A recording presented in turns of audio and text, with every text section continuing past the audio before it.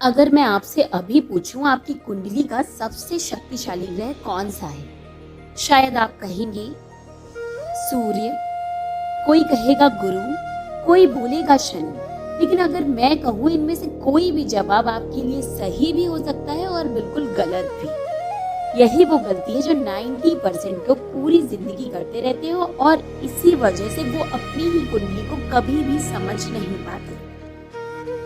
आज इस वीडियो के बाद आप सिर्फ ये नहीं जानेंगे कि सबसे शक्तिशाली ग्रह कौन है, बल्कि उसे पहचानना भी सीख जाएंगे। नमस्कार, कॉस्मिक सुकून में जहां हमारा उद्देश्य लोगों को ग्रहों से डराना नहीं, बल्कि ग्रहों के माध्यम से स्वयं को समझना है। अगर आप सच में अपनी कुंडली को समझना चाहते हैं तो इस वीडियो को अंत तक जरूर देखिए, क्योंकि आखिर में मैं एक ऐसी बात बताऊंगी जो अक्सर बड़े बड़े ज्योतिषीय विश्लेषणों में भी छूट जाती है। सबसे पहले तो आपको एक बात हमेशा याद रखनी है कि ज्योतिष में सबसे शक्तिशाली ग्रह और सबसे शुभ ग्रह दोनों एक जैसी बातें नहीं है। यही सबसे बड़ी गलती होती है। मान लीजिए दो लोगों की कुंडली में गुरु समान भाव में बैठे हैं। एक व्यक्ति के लिए वही गुरु ज्ञान, भाग्य, सम्मान और जीवन में अवसर लेकर आता है, लेकिन दूसरे व्यक्ति के लिए वही गुरु अपनी पूरी शक्ति के बावजूद मनचाहा परिणाम नहीं देता। क्यों? क्योंकि ग्रह की शक्ति और ग्रह का फल दो अलग अलग विषय। अब सवाल आता है, आखिर किसी ग्रह की शक्ति तय कैसे होती है? क्या सिर्फ उस ग्रह के उच्च राशि में होने से? नहीं। क्या सिर्फ स्वराशि में होने से? नहीं। क्या सिर्फ केंद्र में बैठने से? बिल्कुल नहीं।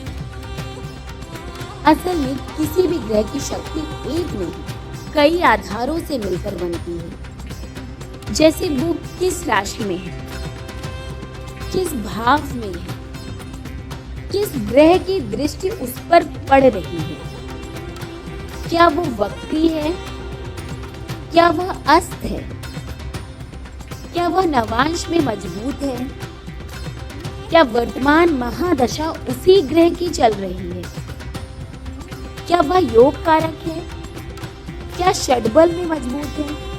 यानी सिर्फ एक नियम देखकर कभी भी ये मत कहिए कि यही सबसे शक्तिशाली ग्रह होगा आपकी कुंडली का। अब जरा अपने जीवन के बारे में सोचिए, क्या कोई एक ही चीज बार बार दोहराई जा रही है? जैसे रिश्ते बार बार टूटते हैं, पैसा आता है लेकिन टिकता नहीं है, मेहनत बहुत करते हैं लेकिन पहचान नहीं मिलती, या लोग बिना मेहनत के भी आपसे आगे निकल जाते हैं। अगर ऐसा है तो संभव है आपकी कुंडली का सबसे प्रभावशाली ग्रह अपना प्रभाव उस क्षेत्र में दिखा रहा है जहां पर वो प्रभावी ही नहीं है, और यही से आपकी कुंडली को पढ़ना शुरू होता है। अब एक महत्वपूर्ण बात लोग अक्सर पूछते हैं, मैम क्या शनि सबसे शक्तिशाली ग्रह है? नहीं। क्या गुरु सबसे अच्छा ग्रह है? जरूरी नहीं। क्या सूर्य राजा है तो वही सबसे शक्तिशाली होगा? नहीं। याद रखिए, ग्रह का पद नहीं उसकी स्थिति बोलती।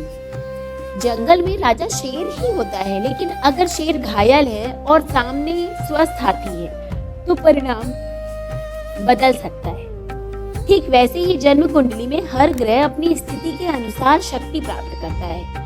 तो अब आप समझ गए होंगे कि किसी भी कुंडली का सबसे शक्तिशाली ग्रह वह नहीं होता जो सिर्फ नाम से बड़ा हो, बल्कि वो होता है जो आपकी पूरी जीवन यात्रा पर सबसे गहरा प्रभाव डाल रहा हो। और उसे पहचानने के लिए सिर्फ एक नियम या एक शॉर्टकट कभी भी पर्याप्त नहीं होता। राशि, भाव, दृष्टि, दशा, नवांश योग और ग्रहों के आपसी संबंध, इन सभी को साथ देखकर ही सही निष्कर्ष निकाला जाता है।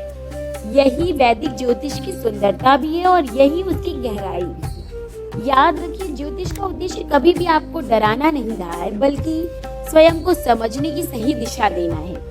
और जब आप स्वयं को समझ लेते हैं तो निर्णय बेहतर होते हैं, रिश्ते बेहतर होते हैं और जीवन भी धीरे धीरे बेहतर होने लगता है। अगर आज के इस वीडियो में आपको कुछ भी नया सीखने को मिला या आपकी सोच में भी थोड़ा बदलाव आया, इस वीडियो को लाइक जरूर करिए। कमेंट में मुझे बताइए कि आपकी कुंडली का सबसे प्रभावशाली ग्रह कौन सा है। और अगर अभी तक आपको ये नहीं पता चला तो सिर्फ जानना है आपको, तो लिख दीजिए जानना है। मैं ऐसे और वीडियो लेकर आऊंगी जिनमें हम ग्रहों, भावों, योगों और कुंडली के गहरे रहस्यों को सरल भाषा में आपके साथ समझेंगे। अगर आप भी ज्योतिष को सकारात्मक सोच और सही दिशा के साथ सीखना चाहते हैं तो कॉस्मिक सुकून से जुड़े रहिए। चैनल को सब्सक्राइब करिए और बेल आइकन को प्रेस करिए ताकि आने वाली कोई भी वीडियो आपसे नहीं छूटे।